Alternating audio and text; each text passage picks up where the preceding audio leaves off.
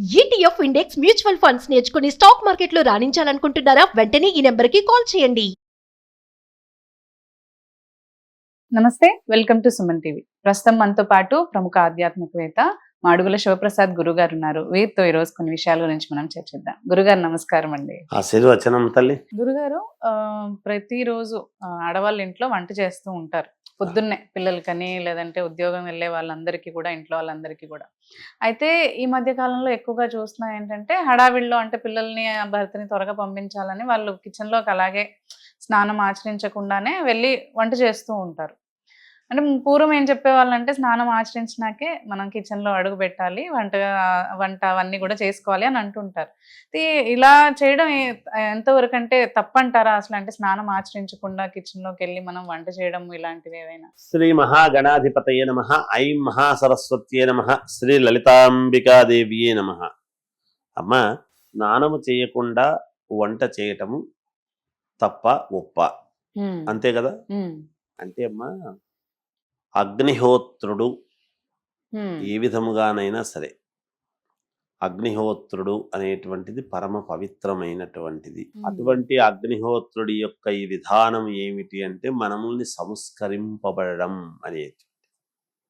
అందుకే వివాహ సమయములో కానీ, ఏదైనా కార్యక్రమాల సమయంలో కానీ, అలాగే గృహప్రవేశ సమయమైనా కూడా హోమం అనేటువంటిది చేయకుండా ఏ కార్యము లేదు.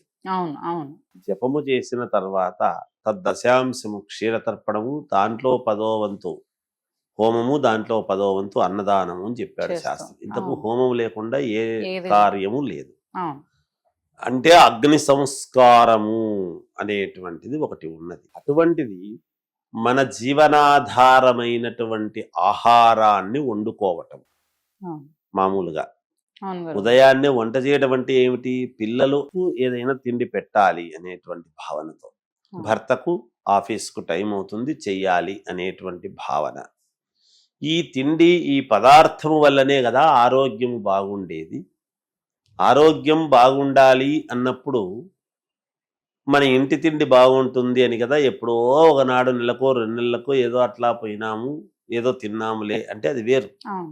ప్రతిరోజు నిత్యము ఇంట్లో వంట వండుకోవాలి, కావాల్సినటువంటి విధానాలు చేసుకోవాలి అని ప్రతి భార్యాభర్త ఈనాడు బయటికి వెళ్ళి సరుకులు తెచ్చుకొని ఎత్తి పెట్టుకొని, నెలకు కావాల్సినటువంటి పెట్టుకొని రోజు చేసుకునేటువంటి విధానంలో ఉన్నాయి. ఇక్కడ తేడా ఏమొస్తున్నది? ఎప్పుడు చేయాలి అసలు మామూలుగా అంటే, రాత్రే నిజానికి గ్యాస్ స్టవ్ మీద చేసినటువంటి వంటే కృత్రిమం, పవిత్రత కాదు.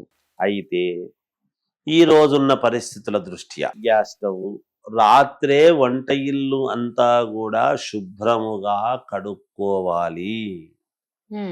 రాత్రి మనము తిన్నటువంటి ఎంగిలి పదార్థము గిన్నెలు తెల్లవారుజామున పొద్దున వరకు ఉండరాదు. మొదటగా తెలుసుకోవాల్సినటువంటి విషయం. రాత్రి పడుకునే ముందు అంతా చక్కదిద్దుకొని పడుకుంటే ఉదయాన్నే స్నానము చేసిన తర్వాతనే వంట ఇంట్లోకి అడుగు పెట్టాలి.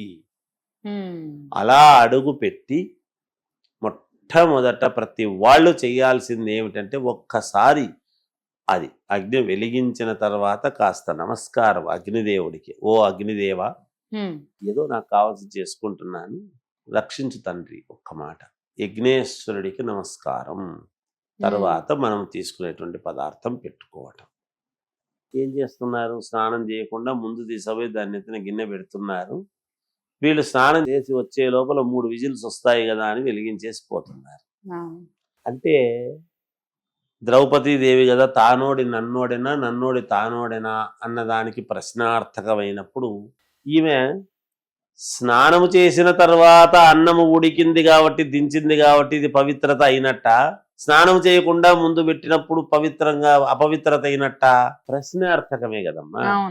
ఇప్పుడు స్నానము చేయకుండా ముందు కుక్కర్ గిన్నెలోకి వేసుకొని పాత్ర సామాన్లకు అంటూ సొంటు ఏముంది గురువు గారు? పాత్ర సామాన్లు పని మనిషి కూడా మామూలుగా వచ్చి కడిగెళ్ళిపోతుంది కదా, ఏముంటుంది అనుకోవచ్చు. అందుకే ప్రతి స్త్రీ కూడా పాత్ర సామాను వాళ్ళు కడిగిన తర్వాత ఒక్కసారి మళ్ళా తాను నీళ్లతో శుభ్రం చేసుకుని తొలుచుకొని స్నానం చేసి వచ్చిన తర్వాత అది తొలుచుకొని దాంట్లో కొంచెం నీళ్లు ఇది చేసుకొని బియ్యం పోసి కడిగి పెట్టడం అనేటువంటిది ఒక విధానం. అలా చేసుకోవాలి. స్నానం అయిన తర్వాతనే చెయ్యాలి తప్ప స్నానము చెయ్యకుండా అసలు స్టవ్ను ముట్టుకోరాదు.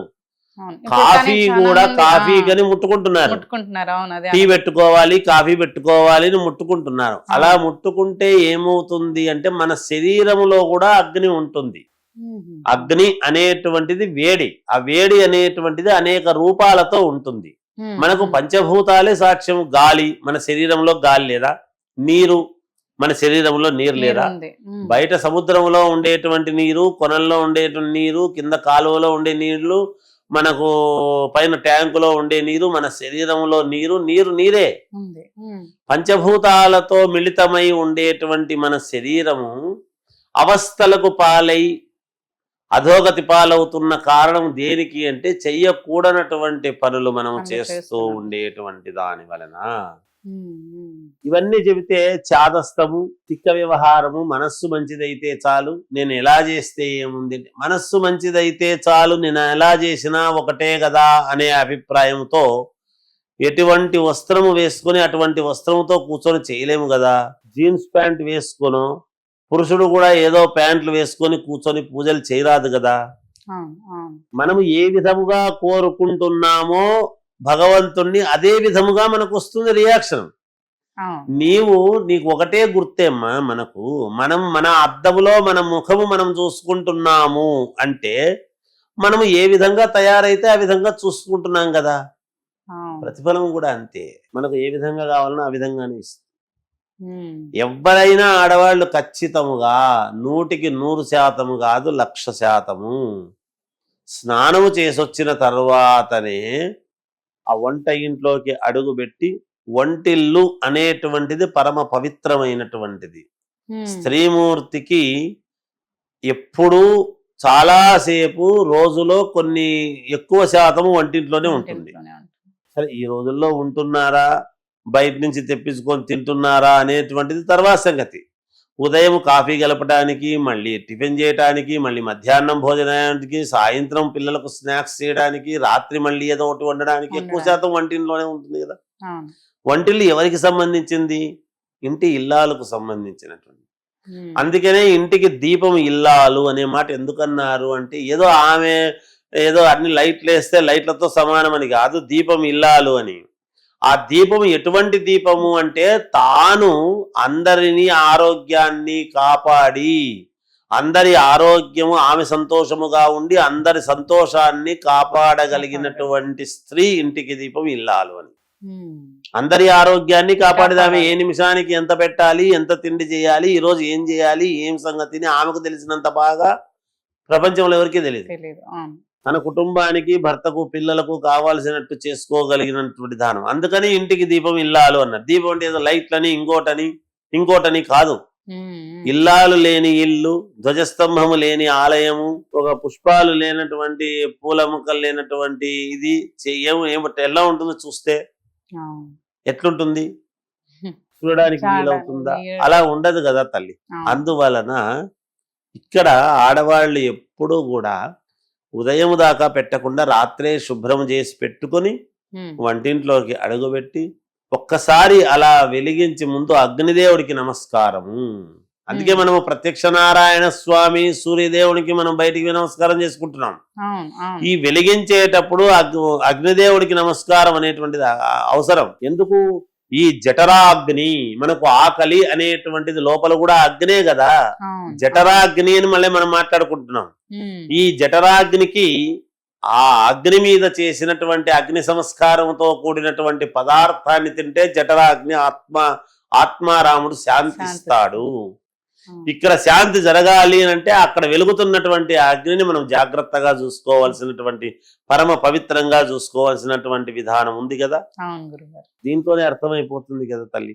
అందువలన ఏమి ఇబ్బంది లేదు. స్నానం చేసిన తర్వాత స్టవ్ను ముట్టుకుంటే మేలు జరుగుతుంది. ఇనపది కదా, అది ఏముంది అంటే ఈ రోజు ఇనపది. అందుకే పూర్వకాలము మట్టితో మామూలుగా పొయ్యి ఏర్పాటు చేసుకుని, మట్టి పొయ్యి ఎప్పుడు వేసుకోవాలి, ఏ రోజు వేసుకోవాలి అనే దానికి కూడా మనకు శాస్త్రం ఉన్నది. మట్టి పొయ్యి వేసుకోవాలి, ఇంట్లో పొయ్యి చేసుకోవాలి గురువు గారు, మట్టి పొయ్యి ఎప్పుడు వేసుకోవాలి? ఎందుకు ఆ మట్టి పొయ్యి వేసుకోవడానికి మనం మంచి రోజు చెప్తున్నాము అంటే, ఆ మట్టి పొయ్యిలో చేసేటువంటి వంట తిని ఆ ఇంట్లో ఆరోగ్యవంతముగా ఉండి ఎంతో మంది సంతానాన్ని గలి వాళ్ళందరూ సంతోషముగా ఉండి వాళ్ళందరూ పిల్లలు పెళ్ళిళ్ళు పేరంటాలు చేసుకుంటూ వాళ్ళందరికీ కావాల్సినవన్నీ కూడా ఈ మట్టి పొయ్యి మీదనే వంటలు తయారయ్యేటివి. అందువలన పంచాంగంలో మట్టి పొయ్యి వేసుకోవడానికి మంచి రోజు అనేటువంటిది ఉన్నది ఈనాటికి. ఇప్పుడు బుద్ధి పుడితే అప్పుడు పాత స్టవ్ పడేసి కొత్త స్టవ్ తెచ్చి టుముక్కని వెలిగిస్తున్నారు, చేసుకుంటున్నారు, పెడుతున్నారు, ఏది పట్టించుకోవడం లేదు సమాజం. అందుకనే ఇబ్బందులు, అందుకనే కొన్ని కష్టాలు. ఇవి జాగ్రత్తగా చేసుకుంటే తల్లి ప్రతి ఇల్లు సుఖముగా సంతోషముగా ఆనందదాయకంగా ప్రతి స్త్రీ ఔన్నత్యంతో అనుకూలవంతముగా చేసుకోవాలి అని మా కోరికలు. అంతకంటే ఏం లేదు. ఎవరినో ఏదో అనాలి చెయ్యాలి అనేటువంటిది కాదమ్మా. తెలుసుకుంటే అందరికీ బాగుంటుంది. మీ కుటుంబం యొక్క బాధ్యత మీ చేతుల్లోనే ఉంటుంది. వాళ్ళ ఆరోగ్యము ఇంట్లో స్త్రీమూర్తి చేతుల్లోనే, మన ఆరోగ్యం మన చేతుల్లోనే చెప్తున్నారు కదా. అది జాగ్రత్తగా చేసుకుంటే మంచిది. ధన్యవాదాలు. జయోస్తు.